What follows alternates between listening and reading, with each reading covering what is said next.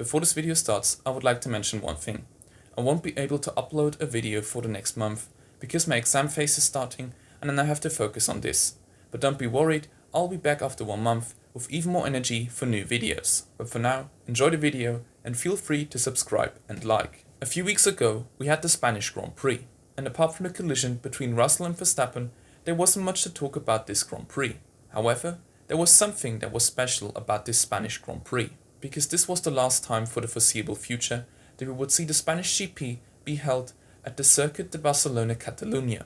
Instead, from 2026 on, it will be held on the streets of Spain's capital city, Madrid. But this trend of more street circuits on the F1 calendar is nothing new. So why does F1 hold more and more of its races on street circuits? This has to do with multiple things, but an important one for F1 is that it can hold races at places that would normally never hold an F1 Grand Prix. Normally, as a racing series, you would go to places that would have proper racing tracks on which you could race. But this means that you would never go to certain areas because they either wouldn't have tracks that would be up to your safety standard or wouldn't have any proper racing tracks at all. However, street circuits open up that possibility for you now, with Miami being a good example, because before the decision to create a street circuit around the Hard Rock Stadium in Miami, the city would have never held an F1 Grand Prix itself, because it doesn't have any proper racing tracks that would live up to the safety standards of F1. However, now, the city has an F1 Grand Prix until 2041.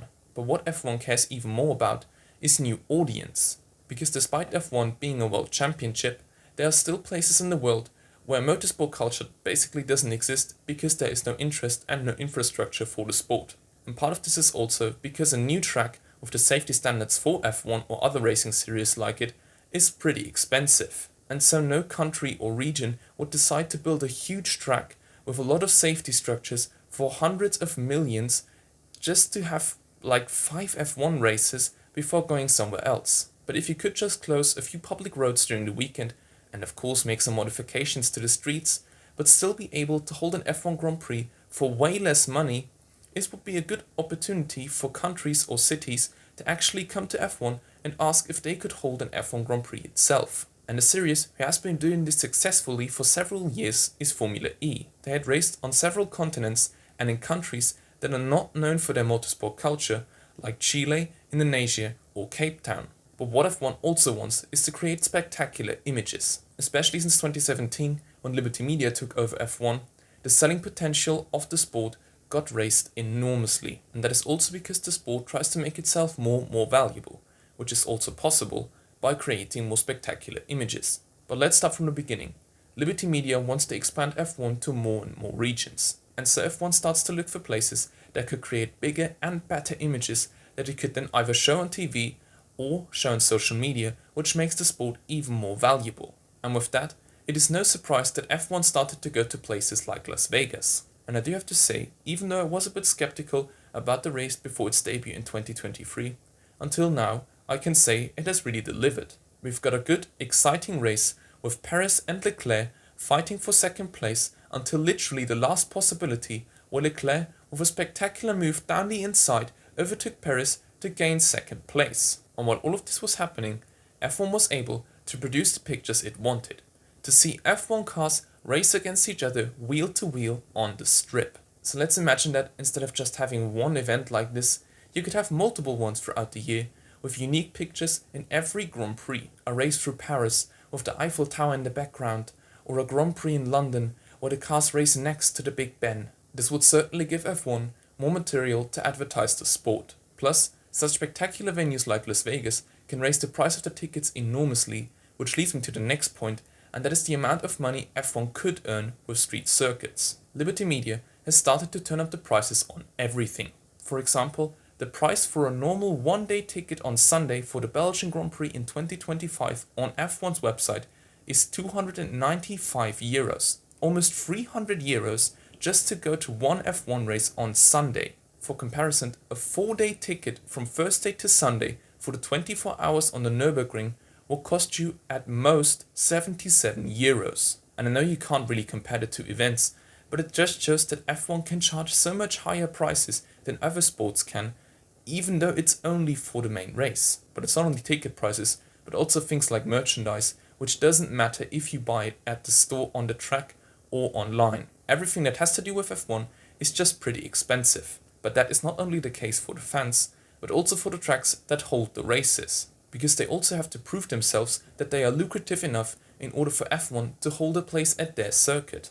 And in the last few years, F1 started to question more and more whether it should actually keep these historical tracks which are not lucrative enough, or not as lucrative as tracks like Saudi Arabia or Miami, because these new tracks pay so much more money to F1 in order to hold a Grand Prix that the old historical tracks like Spa or Monza are getting in danger because they are not as lucrative as they are. And with that, I would like to start talking about a few disadvantages that these street tracks would bring in, plus a little bit of my own worry about F1's future. What you would have to mention first is that the logistical side of a street track is way more complicated than the one of a proper racetrack. Because while proper racetracks have things like parking lots and garages for all the teams, and already set up infrastructure that is meant to be there for racing teams and spectators, street circuits don't really have that. They just have the infrastructure of a city that is meant to be for the inhabitants, but not for a lot of other people that will come to the city, plus a lot of trucks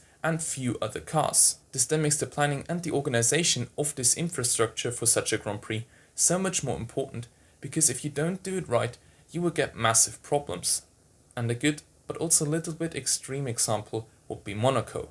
Here, you can see yourself how much of a challenge it can be for a city to hold an F1 Grand Prix, with all the infrastructure that has to be brought in either by ship, like in Monaco, or via trucks, like in most other cities. But I also do have a personal problem, or more like a personal worry, about the future of F1 with more and more street tracks. Because for me, and I think for many other racing fans, F1 without races like Spa, Monza or Monaco just wouldn't be the same anymore. Don't get me wrong, I like to see F1 go to new venues, and I think to call itself a proper world championship, it should have at least one Grand Prix in Africa. But instead of going to places where it would actually make sense to hold a Grand Prix, F1 just goes to places which pay the most amount of money.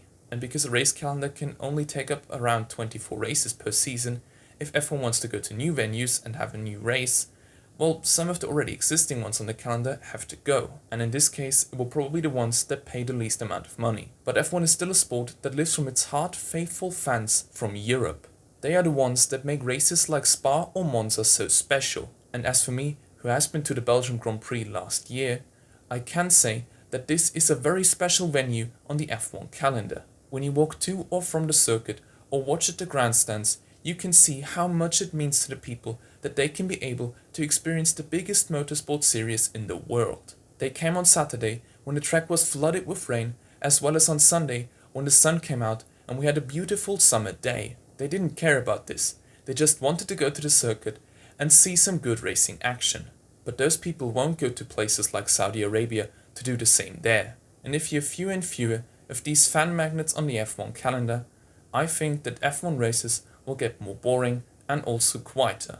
I just think that F1 should be careful not to scare away the base that is so important for the sport. But what is your opinion on that? Are you excited to see the new Madrid circuit in 2026? Let me know in the comments down below. Thank you for watching, feel free to subscribe, and until then, I'll see you next time.